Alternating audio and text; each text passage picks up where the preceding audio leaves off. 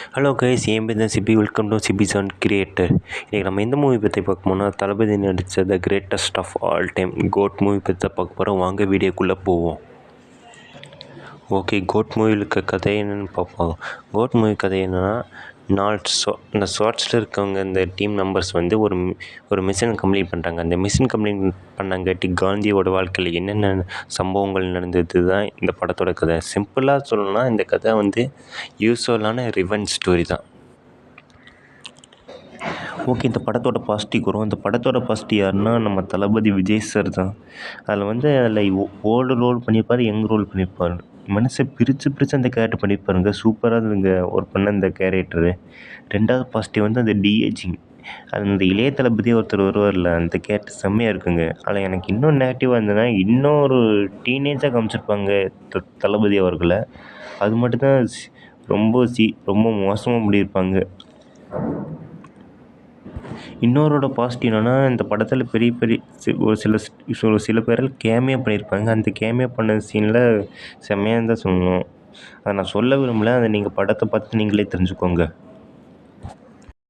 இன்னொரு பாசிட்டிவ் என்னென்னா, இந்த படத்தோட டைம் டியூரேஷன் வந்து 3 மணி நேரம். நெசமாக சொல்ல 3 மணி நேரம் போனது தெரியல. நல்லா போச்சுங்க 3 மணி நேரம் இந்த படம்.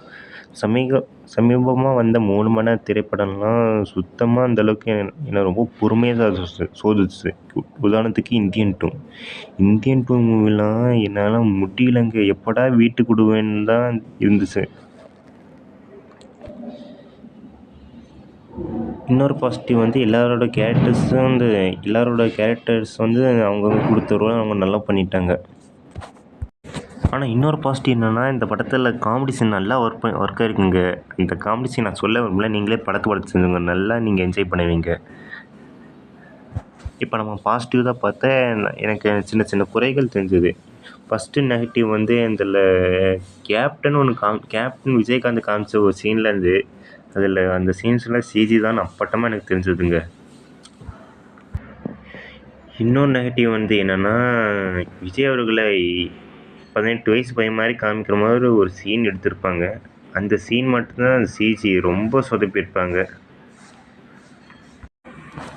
இன்னொரு நெகட்டிவ் என்னென்னா, இந்த பாட்டில் செகண்ட் ஹாஃபில் 2 சாங்ஸ் வரும். அந்த சாங்ஸை நீங்கள் கட் பண்ணாட்டி ஒன்றாக போதில்லை, ஒரு பிரச்சனையும் இல்லை. கதைக்கு ஒரு எந்த வித பாதிப்பு கொண்டு வராது. எதுக்கு தான் அந்த 2 சாங் ஆட் பண்ணாங்கன்னு தெரியல. எனக்கு அந்த சாங்ஸில் பிடிக்கவே இல்லை கதையோட பார்க்கும்போது. ஓவரால் இந்த மூவி பற்றி சொல்லணும்னா, நீங்கள் இந்த படத்தில் நான் லாஜிக் பார்க்கல. இந்த படத்தை நான் என்னை எப்படி இருந்தாலும் போர் அடிக்கக்கூடாது, என்டர்டெயின்மெண்ட் பண்ணணுன்னா மறக்காமல் இந்த படத்தை போய் பாருங்கள்.